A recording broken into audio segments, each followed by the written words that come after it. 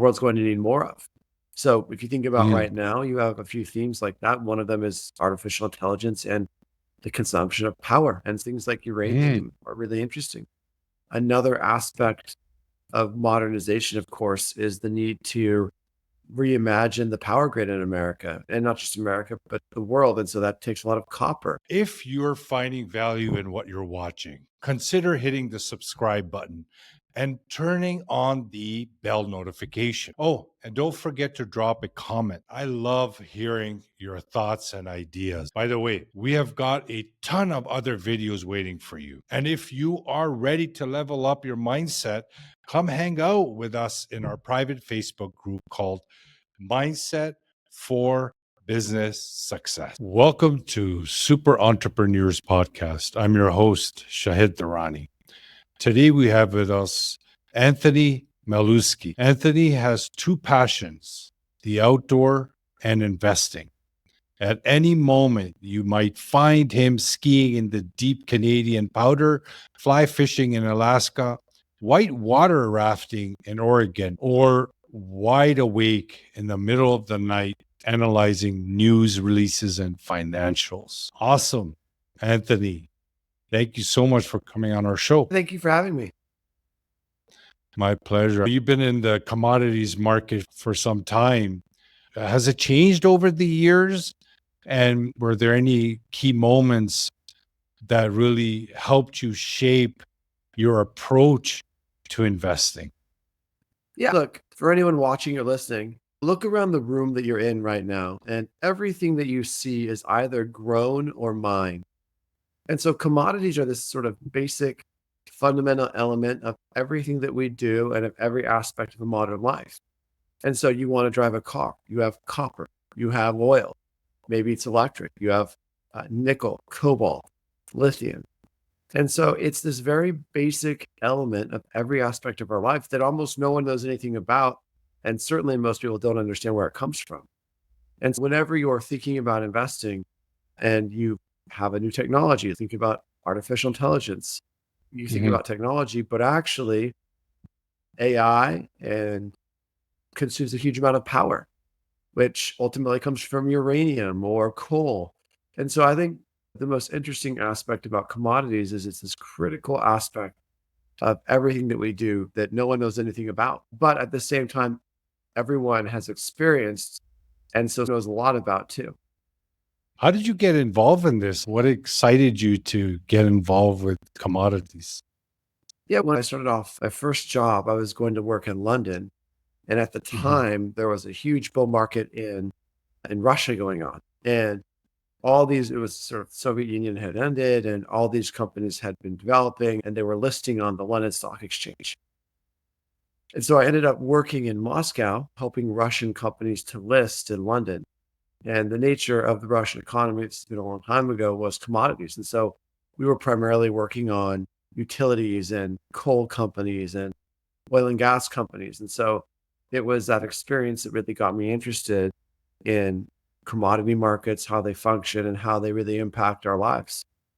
So, do you own physical commodities as well yourself? I've owned physical commodities like cobalt. Mhm. I've also owned Mhm. commodities like carbon credits, which are not physical at all.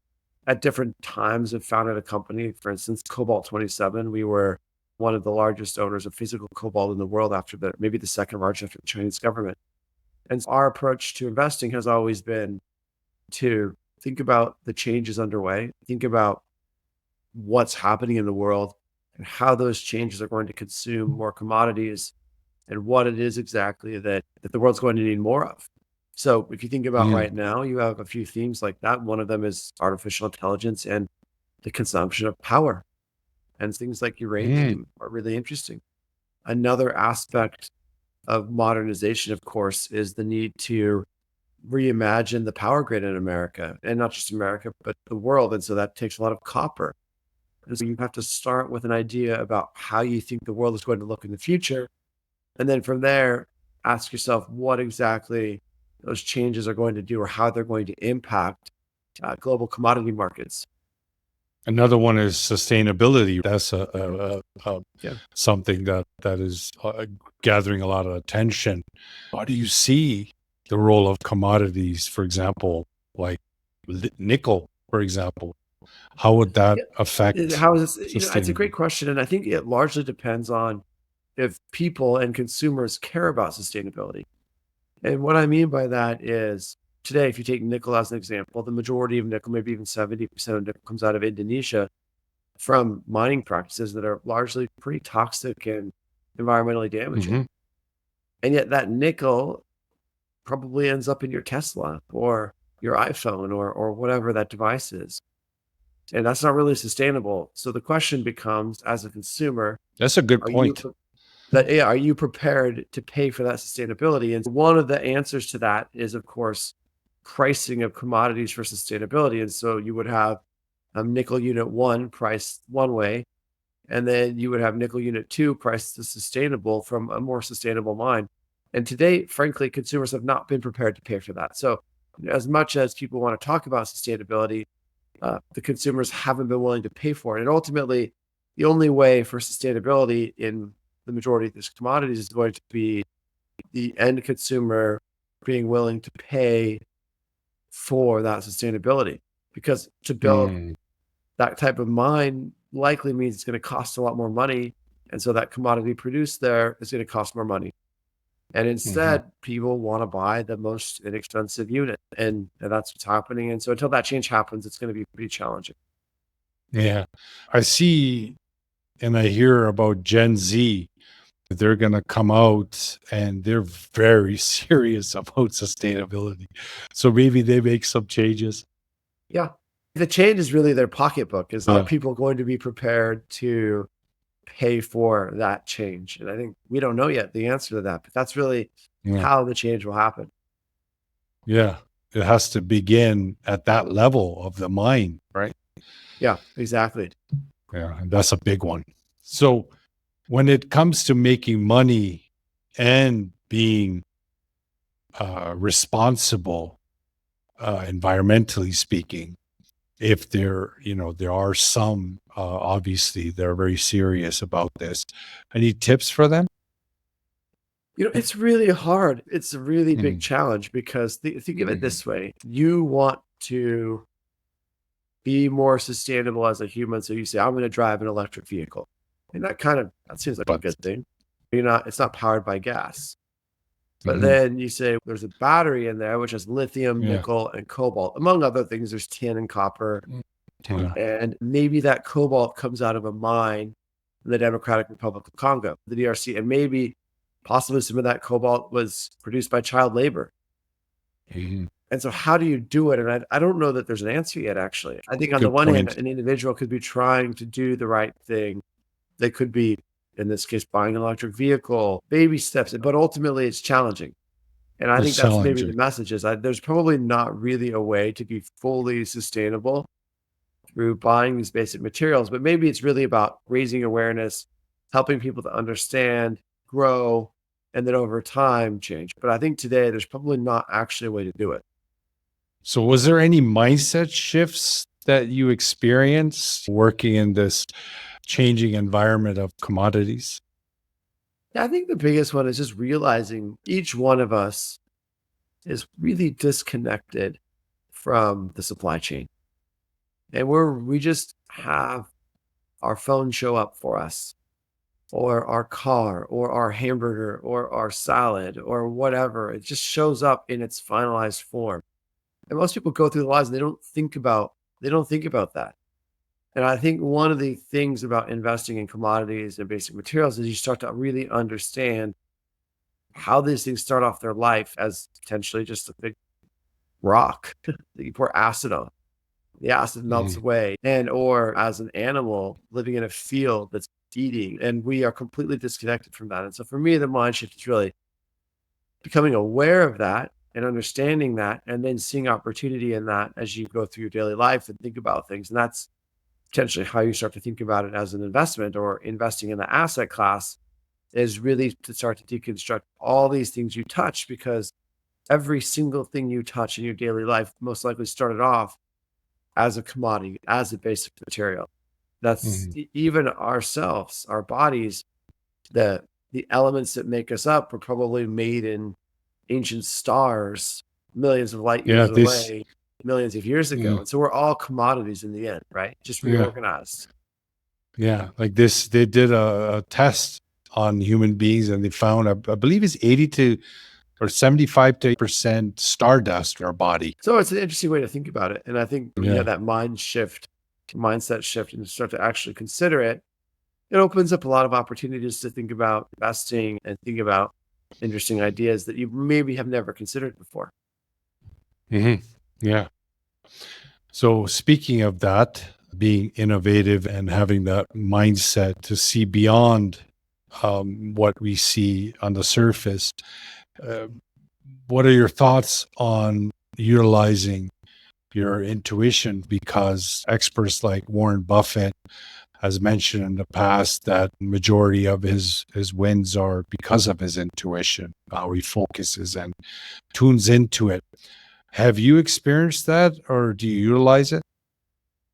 Yeah, I think he's right. I think if you go back in time and you got into an early Tesla and you really liked that car and you thought, wow, I like this screen and this is really cool. Your intuition is telling you like this is a great product and maybe you should think about investing in it. So I think that your personal experience uh, does give you a certain intuition about products, or you're at school, you're taking your kids to school and all the kids have X, whatever X is. Everyone's wearing a Nike shoes. That's not really the right example, but I do think that going through life are these observations and intuitions about products and ideas that all of us have that can help us if we're deciding to invest. And I think it's a great way to think about investing for people.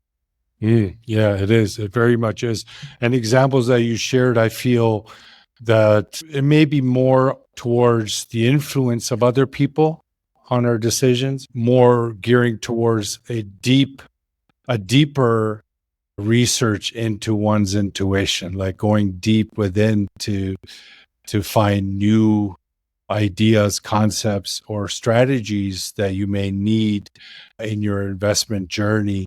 As a lot of the technologies that we experience today, Wi-Fi, for example, or these waves that were here that we're utilizing now were here thousands of years ago. They're always here. It's just our awareness, our intuition allowed us to discover it and utilize it. Same way, there's so much out there that we may not be able to pick up solely on our intellect. We might just need to go deeper, if that makes sense. Yeah, no, I think that's true. And having time to think about these things is helpful and it can give you a personal insight into some idea that other people don't have. Hmm. Yeah. So, can you share a story with some type of risk that you took, a big risk in your investment that really paid off? I'm curious.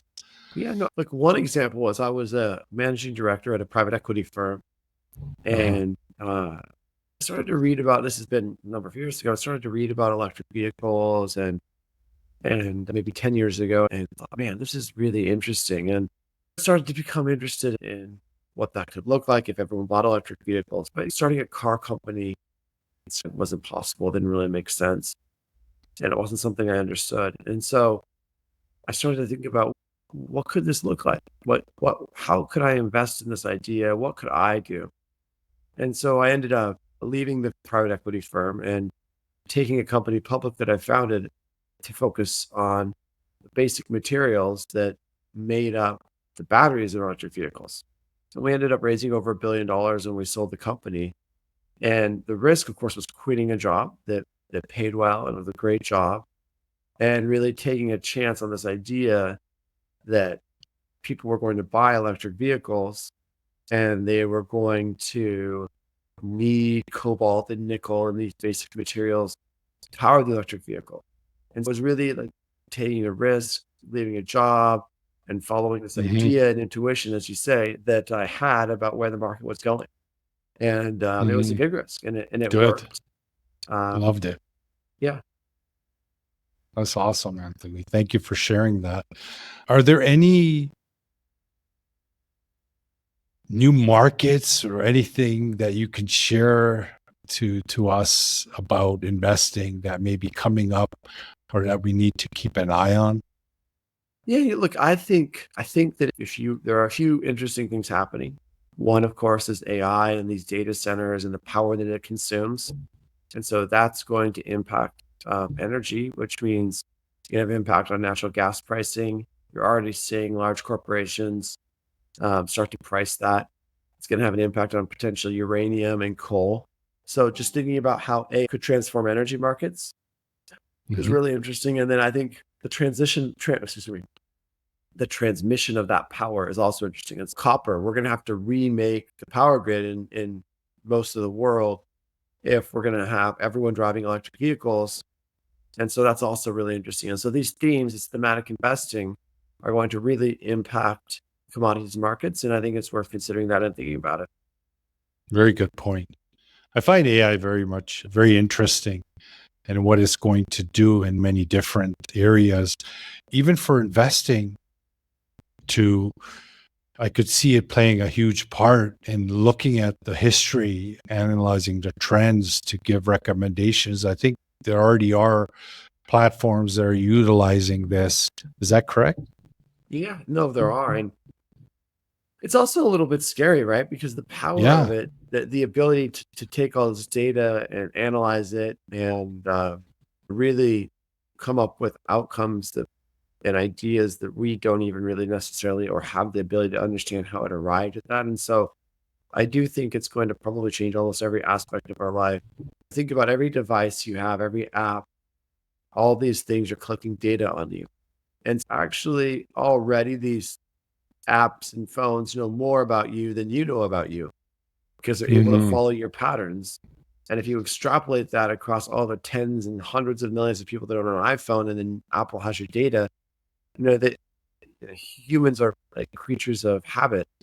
And so it's able to take your data and cross it across everyone else's data, hypothetically, and it will know stuff about you and it will probably be able to influence what you buy and how you buy it and when you buy it. It'll influence if it's a dating app, who you're dating potentially, and it can influence every single aspect of our lives because it has so much data exists, pardon me, and it's able to analyze that data and then gain insight in a way that no individual human could do it because we don't have the ability to process that much data.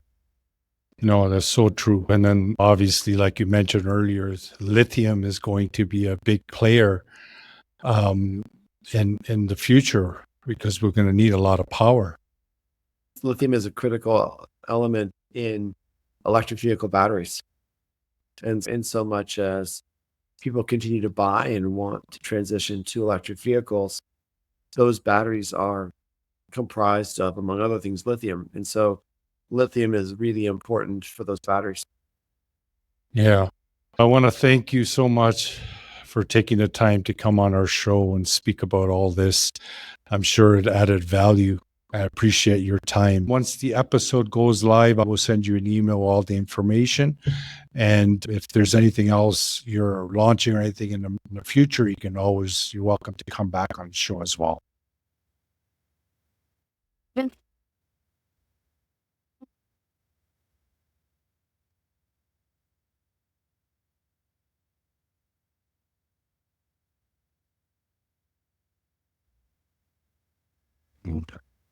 Imperial opinions.